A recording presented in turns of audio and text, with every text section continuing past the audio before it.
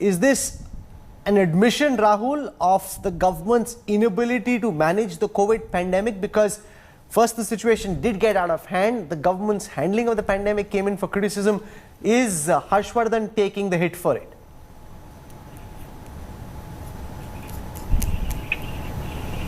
Yes, Rahul, in a way, yes.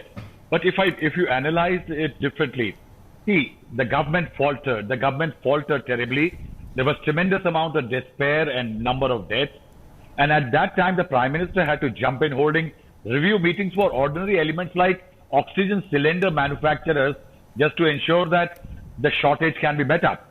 Now, given that scenario that there was a failure, the indication that the government is ready to change and amend, I think is a positive sign, because the fact that the opposition will say that this is admission of guilt, but the fact is that pandemic is not going anywhere.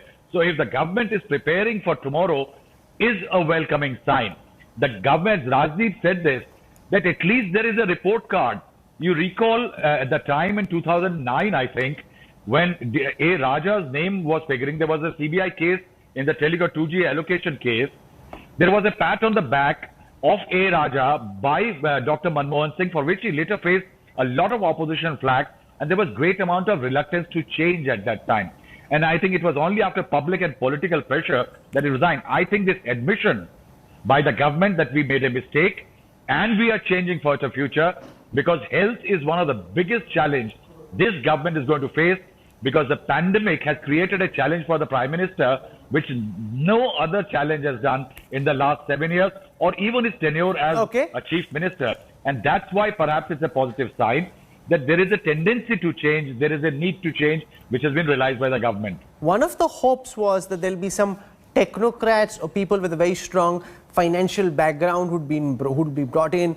The names of KV Kamath were doing the round, but that doesn't seem to have happened in the final list of 43 that India Today has been able to exclusively access.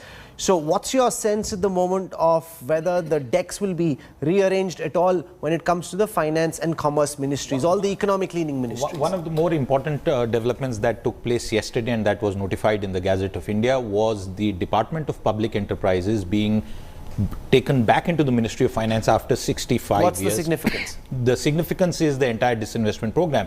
The Department of Public Enterprises governs all central PSUs. Remember, many of them are not performing well at all. Air India. And the difficulties that were being faced in interministerial coordination with Prakash Javadekar ministry, he was in charge of this. That DP has gone back into finance. So you now have a more powerful finance ministry than in the last 4 or 5 decades. Rahul, I haven't seen the fact that you have the entire corporate affairs piece also that came into this finance ministry in Modi 1. And that's why I think the bigger development is that the finance ministry has become even more important. And Rahul, just as an aside, I believe that the second most important minister in India at the central level now is the finance minister, because there is no one else apart from the Prime Minister, of course, who heads interstate a constitutionally mandated council, which is the GST Council. So surely you're not suggesting that she's more important than the Home Minister. You'll get Nirmala ji into trouble. I'm just saying, from a policy making footprint, I think this makes it even more important. So Department of Economic Affairs can now set the agenda, and the department next to it, a secretary, can walk across with a file and say, let's get the Air India deal done. And it's not been happening. We know the pandemic came in the way, but Rahul, there are ways to get things done. That's what deal making is all about. So I believe that's one of the more important corporate signals. The second one, which you have already spoken about, it was reported yesterday, the Ministry of Cooperation. Now, if you go through the fine print of the Gazette notification, which I did, what does it do? It takes away from 4 or 5 existing ministries bits and chunks. And when it all comes together, I haven't been able to do the numbers, but hopefully one can. The existing budget of the ministry from the budget that's already been approved for the central government is going to be significant. What will it do, this new ministry? The Ministry of Cooperation will energize and put under one political framework the entire cooperative in this country. Maharashtra, Gujarat, the South Indian states. The UP cooperative movement has waned of late. The sugarcane movement has lost steam. There is politics around it.